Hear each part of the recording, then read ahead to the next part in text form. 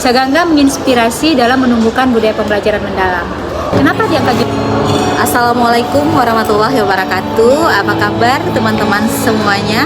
Jumpa lagi di sini sama Julia Roma. Nah, hari ini kita akan mewawancara terbaik satu pada kategori pelopor komunitas. Nah, ini dia juaranya nih. Oke, lanjut. Silahkan kakak, namanya siapa kak?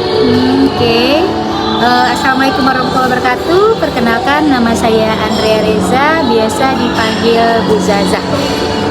Jadi kak, tolong dong bagi ceritanya bagaimana waktu kakak mempresentasikan apa aja titik fokus kakak, terus bagaimana cara kakak menangani, kakak melakukan inisiasi serta diseminasi sehingga komunitas kakak ini bergerak dan mempunyai hasil yang baik gitu kak. Oke, silakan kak.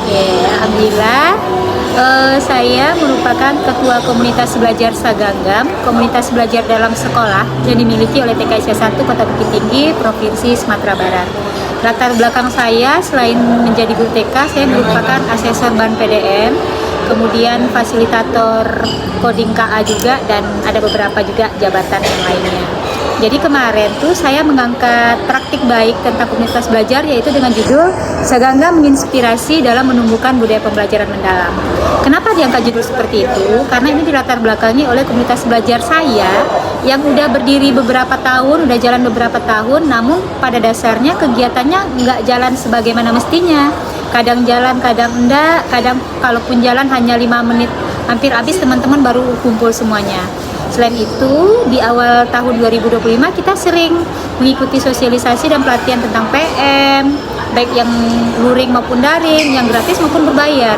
Tapi pada kenyataannya teman-teman di lapangan masih saja menerapkan kegiatan pembelajaran yang konvensional, yang tidak paham sama sekali tentang PM dan merasa mereka kesulitan untuk menghadapi tantangan kebijakan pendidikan yang baru.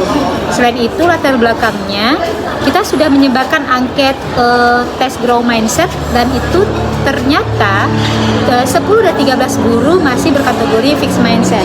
Artinya mereka belum bisa move on menghadapi tantangan kebijakan. Mereka agak susah move on kalau untuk menghadapi PM itu harus seperti ini. Dan terakhir itu teman-teman kita di dalam Kombel belum mandiri dalam merancang RPN dan penerapan 7 KI di dalam kelas. Nah, tujuannya kita menerapkan praktik baik ini supaya tentunya Kombel kita berjalan sesuai dengan komitmen yang telah kita bikin.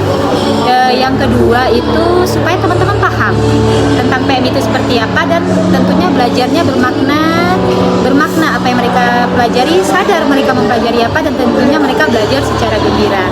Kemudian kita ingin merubah pola pikir mereka menjadi grow mindset. Artinya mereka bisa sih menghadapi tantangan mungkin secara perlahan-lahan. Dan yang terakhir tentunya secara mandiri, penerapan 7 kali di dalam kelas dan merancang RPN. Untuk semuanya itu kita menerapkan strategi Saganggam. Saganggam itu artinya satu genggaman. Artinya semua guru itu mempunyai potensi yang berbeda-beda, namun mempunyai satu tujuan yang sama untuk meningkatkan mutu pendidikan. Bagaimana langkahnya? Kita punya 3 tahap. Yang pertama tahap identifikasi. Identifikasi ini kita lakukan di Januari 2025. Ini untuk tahap identifikasi yang pertama, kita mendata saat diskusi, wawancara maupun kucing, apa sih masalah yang mereka hadapi. Kemudian kita memberikan lembar refleksi terhadap kegiatan Kombel kita di tahun 2024, dan kemudian kita menyebarkan lembar tes Grow Mindset. Setelah kita mengetahui semua permasalahan yang ada di lapangan tentang Kombel, kita menerapkan strategi Saganggam. Nah, namanya Saganggam itu berarti 5 ya. Yang pertama itu namanya Sajam Babarito. Sajam Babarito ini adalah yang pertama itu Sajam Babarito atau 1 jam berberita. Setiap hari, karena kita pulangnya jam 4 sore, kita memanfaatkan waktu 1 jam setiap hari dari jam 2 sampai jam 3 setelah teman-teman ini isoma. 1 jam setiap hari kita belajar apapun yang mereka butuhkan. Yang kedua itu baraja bersama kawan atau belajar bersama teman. Setiap hari yang akan berbagi praktik baik itu berbeda-beda. Semuanya mempunyai hak dan kesempatan yang sama untuk berbagi praktik baik di dalam kelas. Nah, walaupun dia gaptek, kita akan tetap mendampingi.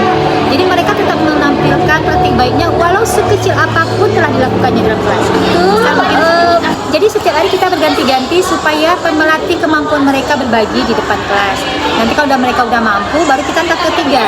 Tahap ketiga ini berbagi kepandaian atau berbagi kepintaran. Setelah mereka mampu berbagi praktik baik di dalam kelas komunitas kita akan giliran mereka untuk berbagi pengimbasan keluar. Itu baik di kelompok kerja guru TK atau di pusat kegiatan gugus maupun karena kita Aisyah ada di Igaba. Kebetulan kita Igaba ini ada Bukit Tinggi dan Agam. Jadi kita mengimbaskan di 2 tempat, di Kota Bukit Tinggi atau Kabupaten Agam. Kita mengimbaskan ini 1 kali 1 bulan. Kemudian 4, kita melakukan kegiatan namanya bertamu di internet atau bertemu di internet. Kegiatan ini merupakan kegiatan webinar terkait pembelajaran mendalam, dan yang akan menjadi narasumbernya adalah teman-teman kita yang sudah mampu berkomunikasi positif, berkomunikasi efektif, percaya diri, dan rasanya mereka mampu nih berbagi praktik baik melalui internet. Kita melibatkan dinas pendidikan sebagai keynote speaker. Jadi setiap kita webinar selalu ada pembukanya dari kepala dinas maupun dari pengawas TK. Ini kita jadwalkan 1 kali 1 tahun. Karena kita nggak bisa setiap bulan karena dengan kesibukan yang berbagai macam. Dan yang terakhir itu kita namanya Barajan dan Talabih. Barajan dan Talabih itu adalah belajar ke yang lebih pintar. Ibarat kata kita nggak bisa dong belajar di tempat saja, tapi kita tidak melihat keluar. Sedangkan di luar itu ada yang lebih bagus dari kita. Jadi kita melakukan studi tiru ke sekolah-sekolah lain yang telah menerapkan pembelajaran mendalam lebih dulu daripada kita. Nah yang ketiga itu tahap evaluasi. Tahap evaluasi ini kita lakukan untuk mengukur ketercapaian pemahaman teman-teman kita terhadap PM. Jadi mereka bisa paham tentang PM itu bisa dilihat saat supervisi. Di supervisi itulah kita bisa melihat mereka paham tentang PM dari RPM-nya, kemudian dari materinya, kemudian dari kegiatan pembelajaran yang dilakukannya di dalam kelas. Itu untuk mengukur ketercapaiannya. Kemudian selain itu kita melakukan evaluasi dan coaching teman sejawat. Misalnya saya karena ketua Kombal, saya melakukan coaching kepada teman yang sudah dilakukan supervisi. Coachingnya apa yang sudah baik yang dilakukan dan apa yang untuk perbaikan ke depan. Selain itu kita membagikan lembar refleksi dan kemudian lembar grow mindset untuk melihat perkembangan mereka terhadap menghadapi tantangan perubahan pendidikan. Nah itu. Nah setelah itu kita melakukan hasilnya itu hampir semua guru, 13 dari semua guru itu sudah bisa berbagi praktik baik di dalam komunitas belajar. Kemudian mereka sudah secara mandiri merancang PM dan penerapan 7KI dengan menggunakan buku storybook melalui AI. Jadi mereka menceritakan 7KI dengan penggunaan buku itu. Jadi setiap hari mereka bisa berbagi praktik baik dengan anak-anak, bercerita tanpa harus memikirkan susahnya membuat buku. Kalau untuk anak-anak kan nggak perlu yang harus kita bikin banget, yang penting ceritanya nyampe gitu kan. Kemudian hasilnya mereka sudah komitmen untuk selalu belajar karena di awal kita sudah membagikan kertas lembar komitmen kontrak belajar atau lembar komitmen kesepakatan kelas. Nah dampaknya gimana? Dari hasil supervisi itu kita lihat peningkatan positif anak-anak sosial emosionalnya, mereka lebih happy karena memang fokus pada mereka dan berbagai macam metode yang sudah diberikan guru untuk penerapan 7KI. Selain itu mereka semakin antusias mendengarkan cerita-cerita guru yang setiap hari berbeda-beda.